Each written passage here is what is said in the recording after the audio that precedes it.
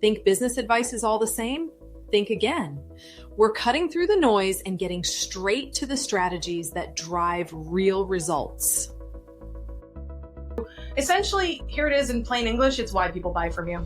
That's it. No need to, make it fancy, but crafting irresistible why people buy from yous isn't as sexy as value proposition. I hate seeing people suffer, especially introverts. Do you think introverts have any desire to go initiate a conversation? Absolutely not. No, I'm married to one. He has no interest in that. Welcome to enVisioning Success.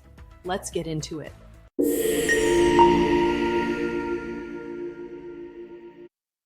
Hey everybody, welcome back to enVisioning Success. I'm Laura DiBenedetto and I'm joined by the lovely and extremely talented Julia Becker Collins. And I was going to tell her a story in the green room, but I was like, no, I'm gonna share this with you guys because sharing is caring. Do it live. We're gonna do it live. So we touch up the makeup before we, get on camera. And I looked in the mirror and I was like, oh my God, I'm like monochrome. Julia was like, I need lip gloss. But then I just happened to remember how I was doing my eyebrows the other day. I saw something on the gram where you could get just for men for your eyebrows. Yes, I have seen that. Well, I did it. And yes, and let me tell you, it's developing color while it's on your face. I looked like Groucho Marx when I was waiting for it to do its thing. And it's like, I'm 2 minutes in. I mean, I'm very fair skinned. I have delicate features. And I'm like, abort, take it off. Because I look super angry. That's so funny. Yeah. Well, anyway, that's irresistible. All right. Well, that was a TikTok experiment failure. Good luck. Was it really? Because I think they look pretty good right now. So I can properly look surprised or skeptical. Yeah. I mean, I think they look the same, but if you don't have to fill them in, then it's a success. Yes. Yes, exactly. That's the win. So anyway, irresistible is the theme of what we're talking about today. So, let's just be punny. Why not? So today's episode is about the art of attraction and crafting irresistible value propositions. And you might be thinking, well, what the hell is a value proposition? I remember being a baby business owner thinking the same thing. So essentially, here it is in plain English. It's why people buy from you. Mm-hmm. That's it. No need to, make it fancy, but crafting irresistible why people buy from yous isn't as sexy as value proposition. So that's why we've titled this the way we did. So this episode, we're going to be talking about how to help you craft good ones that resonate deeply with your target audience and making your business the obvious choice. So here's the thing. In the mind of buyers, if it's not a hell yes, it's a hell no. Mm-hmm. And unless you're selling 50-cent doodads that people don't really care about, and it's just 50 cents and it's an inconsequential purchase, chances are it really needs to be a hell yes. It needs to be, oh, I've thought about this for a minute. And it could be, I don't know, where you're going to go for ice cream. Is the ice cream amazing? Is the experience amazing? We have a client who does ice cream and I love it. And then we also have clients that do high-end business services. The hell yes. I have an ice cream really story. Important. What? Do you want an ice cream story? Every day of my life. Okay. So the listeners don't know me that well, but I'm not much of a sweets person. I prefer French fries to chocolate, don't cancel me. But I have a very good friend. Actually, I have multiple really good friends that live in Sonoma County, California. And one of them texted me yesterday with the ice cream specials of the day at a place right near her that I've been to. And it's all bougie ice cream. It's bourbon caramel and lavender honeycomb and whatever. Okay. So she's telling me how their specials really annoy her husband because they're trying to make themselves sound really high end. And I said to her, I was like, I would go eat that. That sounds delicious. Lavender honeycomb all day. So just like we're talking about here, that would be perfect for me, but not for her husband. Yeah. Also, that would be perfect for me as well because I am a bit of a food snob and I've evolved past basic chocolate, vanilla, strawberry. And to be clear, Haagen-Dazs has the best ones of those. But you want the bougie sometimes. And if you're looking for a specific customer, this leads us nicely, dovetailing into point number 1. You got to identify your core customer desires. You got to actually know what the hell they want. And for somebody like Julia, you want something that's a little nicer, that fits more of a savory palate, something that really captivates your interest beyond just it's ice cream. Is it ice cream or is it something ooh? There's an ice cream place, a different one near my aunt, that has gluten-free, dairy-free, salted caramel, chocolate-coated potato chip ice cream. What? That might be the best thing ever. I feel like ice cream recipes should really be developed by stoners. They just have the best ideas when it's like, hey, Yes. man, what Northern if we California, did I'm sure blah, they're blah. all. That'd be so dope. So, Julia, I know you're old enough, but did you ever see that movie Half Baked? Of course. Okay. My favorite line in the whole damn thing was like, if I'm not back in 5 minutes, just wait longer. No, it was 10 minutes, but who cares? But I think it was Dave Chappelle. Dave Chappelle, funny bastard. That was great. And Jim Brewer. Yes. I got to see him one time at Foxwoods. Nice. I have never laughed so hard. I was actually at risk of developing visible abs that day.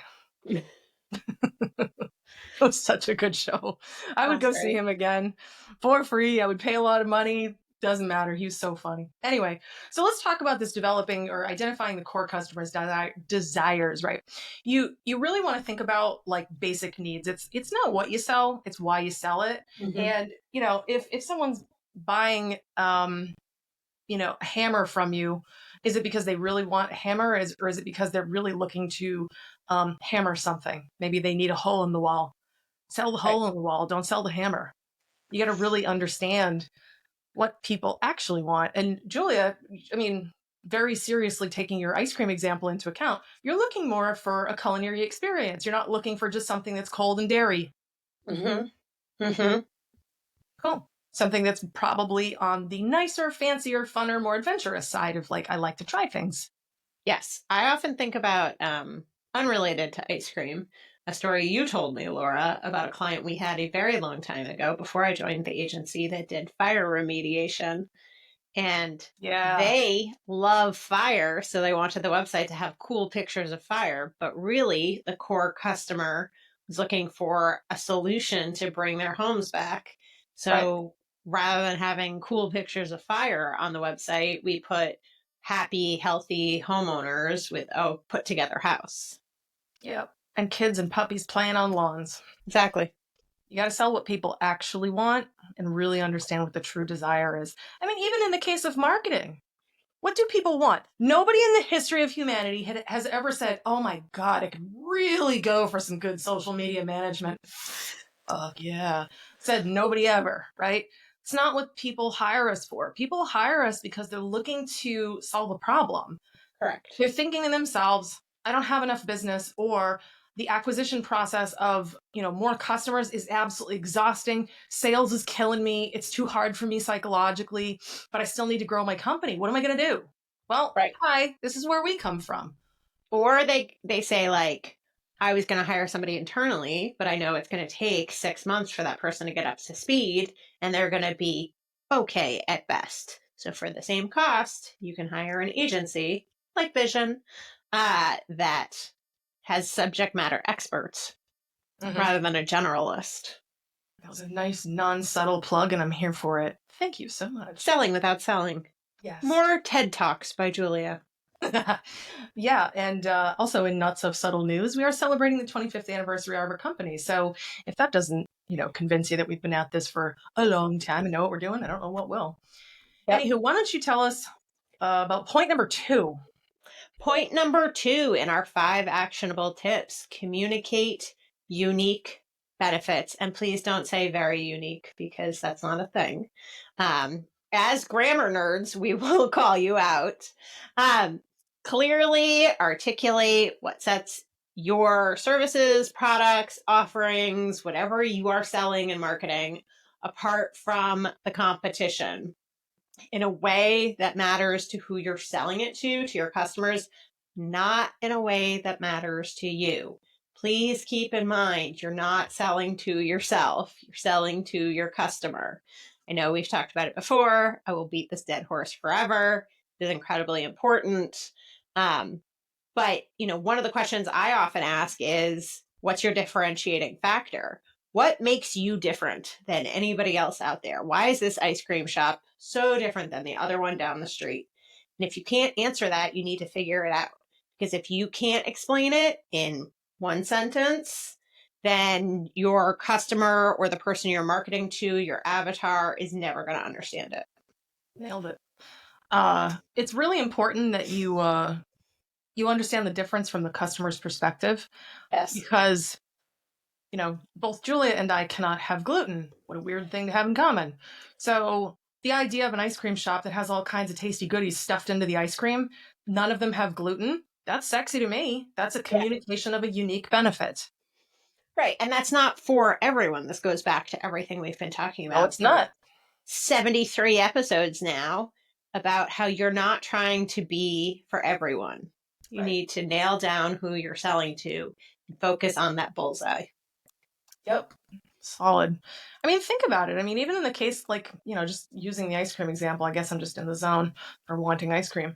I've seen ice cream shops, they specialize in vegan options, and that's their customer. So they're really working hard to attract the non-dairy community. Great. So that's a big part of their messaging, and that's their value proposition or reason why people buy their stuff. Yes. Could be anything. In the case of like marketing stuff, just picking on us again for an example, why would you hire one agency over another? Well, it's the approach. It's the honest delivery of truth. It's the leadership that we provide. We're not order takers. We're actually, okay, give us the steering wheel, now get in the back seat and we're going to take you where you want to go type of agency. And not everybody likes that. But it's also, do you trust the people that you're hiring? Especially when you're hiring a service-based business, trust is so essential. If you're hiring a lawyer or an accountant or a marketer, anything that's service-based, if you don't trust that person, you're never going to hire that person. Yep, that's very true. So, that can be one of the unique benefits that you communicate to people is trustworthiness. That's one of those things where if you have to say it, it's generally not as trustworthy, ironically. So that can be an undertone, and you can, get that message out there through storytelling and highlighting case studies and things like that. So you can tell that unique benefit of trustworthiness through other channels. And we can get into that more another day. So let's talk about number 3. Number 3 is using engaging messaging. And that's developing messaging that speaks directly to your customers' pain points and shows empathy and understanding. This is super important. I mean, I've joked about this before, that when you're really getting into the weeds of who your avatar is and what they're thinking about, we're working on their daddy issues. We kind of are, actually. And here's the thing. Sometimes when people do business with you, it depends on what it is that you do for a living, especially in the case of the fire company, the fire restoration company. There's a lot of emotion in there, a lot of it. And if you really factor in the emotion and the empathy and the understanding, it's huge. So a big part of that whole experience, I remember meeting with these folks, super nice guys. They were awesome. And they were like, yeah, we want the brochure with like lots of like orange and red. And I'm like, oh my God, no, that has no empathy at all. These people have just lost their homes to the thing that you want to put on your brochure. You're not showing empathy and understanding. You're actually showing a punch in the face and reminding them of what they just went through versus what they could have. So empathy is compassion. It's understanding the pain they're experiencing. And a lot of times we think that it's only businesses like this one that have pain. But honestly, in the case of the vegan ice cream shop, what if someone has a dairy intolerance? The customer is probably thinking, I'm so sad because I never get to have ice cream and I don't like the ones at the grocery store. They're just gross. I get left out of the whole artisanal ice cream movement. Wah, wah, I'm left out and this is really sad. Well, that ice cream shop can show compassion and empathy and understanding and make that really clear. And it's like, hey, we have a place for you. Right. Bridal shops offering like more inclusive sizing. There's so many different examples. In the case of the marketing, a big reason why people hire us is because of the sales. And the reason that people start conversations with us is usually because of frustration.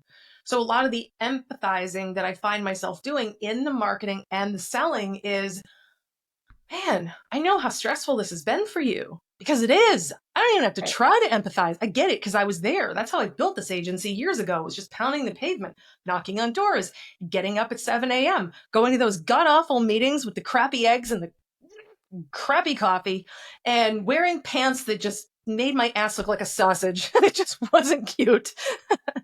Like, I remember going through this stuff, and I remember why I started a business to help people. And it can help you when you're thinking about your engaging messaging, to remember what caused you to create that solution to your customer's problem in the first place. I remember how much it sucked to try to grow this company. That's why I help other people. That's my why. I hate seeing people suffer, especially introverts. Do you think introverts have any desire to like go initiate a conversation? Absolutely not. No, I'm married to one. He has no interest in that. I am also married to one. They will never make a guest appearance on the show. No, absolutely not. I think everyone at the agency that's married is married to an introvert.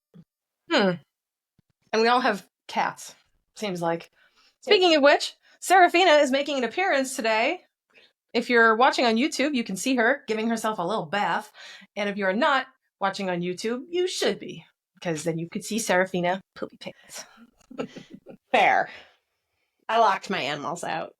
I was like, no. Wah, wah. We need sound effects beyond just me being a wiener. Drop. That's like, wah, wah, wah. Yeah. All right. What's point number 4? Point number 4 is visual consistency. Ensuring that the branding of your company, of your marketing, the visual aspects supports your value proposition that we discussed earlier. That it's all consistent and appealingly aesthetic. And some of this, just to be clear, the aesthetic is subjective, but it still needs to be consistent with your branding, with your colors, with your logo, and also with who you're trying to sell to. So we talked about this earlier. Who is the core customer? What's your differentiator? All those things need to really come through at every point of the visual aspects of your branding. And when I say branding, I don't just mean the logo. It could be your Instagram. It could be your YouTube page. It could be your podcast. It could be anything, right? Like at every point, is it hitting the visual consistency? So if you look at Vision's visual aesthetic, everything is in our brand colors. The cover photo for the podcast on our Instagram page, every part of our website. And that doesn't mean it all is the same. It means that it all goes together in our branding scheme. Mm-hmm. And it complements the value proposition. It's very like solutions oriented. And, you know, honestly, it makes it easier for people to recognize you. Correct.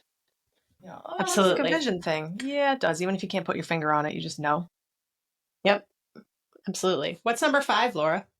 Leveraging social proof. So, oh man, I must be old. I'm not just the hair club president. I'm also a client. Damn it. I am 44, damn it. I know. More jokes, more movie references, more, life before smartphones. But honestly, testimonials and case studies, if you're old enough to get that whole Cy Sperling reference and even remember who the hell his name was, you would understand that testimonials and case studies really make a difference. It's, oh my God, here's another one. Reading Rainbow, LeVar Burton. But don't take my word for it. The more you know. But that's exactly it. I can tell you all day long that our agency is the best thing since sliced bread. You should not take my word for it. You should speak with our clients. You should speak with the people who've done business with us forever. And, if you struggle to get testimonials and case studies, well, that's a skill. And that's one that you can acquire. You can get them from people one-on-one. You can interview people on camera quickly. You can send them something that's already pre-written based on positive feedback that they've given you, and all they have to do is copy paste and then post it on the interwebs for the world to see. You can also just write something and ask their permission to attribute it to them, assuming they agree with everything in there. there's many different ways that you can do this. That's for testimonials and endorsements. For case studies, you know the story of transformation better than anybody else. Now, this obviously does not apply. Case studies don't really apply to an ice cream shop, for example, but a case study would apply for marketing, law, both, any sort of like higher end service that you have to pay a lot of money for, including that disaster restoration company. That's a big case study type of situation. Don't even necessarily need a testimonial. You need before and after photos, and you need to actually tell the story of where they started, what was the process, what was the end result. Yep. Especially magical if there's some sort of obstacle in the middle that, oh no, threatened to derail the job, but you saved the day. Like a superhero. So, think about these things when you are really trying to attract people to you. So here's the thing about marketing, and I've said this many times, and I'll say it again. Marketing is sometimes the precursor to sales in the high-end universe, and marketing can lead to sales in the lower-end universe. Marketing can lead to people walking into your ice cream shop and giving you money. That's marketing directly to sales, and you don't have to do anything. And if you actually sit with someone and you're trying to sell a high-ticket thing, be it home remodeling or legal services or like a huge coaching package or whatever, it's definitely going to matter that you attract people to you. The thing about attraction is it's infinitely easier than just selling all the time. Here's a pro tip for you. Like 98% of people don't want to do it. Mm-hmm. So if you'd like for your business to grow more effectively, it's easier to get your customers to come to you. It's easier to get your customers saying, hey, how can I buy that? Ooh, that's a sexy question, because then all you have to do is answer the question versus try to pitch and have your awful little slide decks and all this other uncomfortable crap. Don't you think? Yeah. I mean, if I could sell more with doing less quote unquote traditional sales, I'd be a happy girl. Yep. Most people would. And that is the purpose of this episode. So if you take those 5 points and you do something powerful with them, you win. The next episode is going to be talking about magnetic content marketing and getting people to come to you because of what you're saying out there in the interwebs and how to attract customers with your story.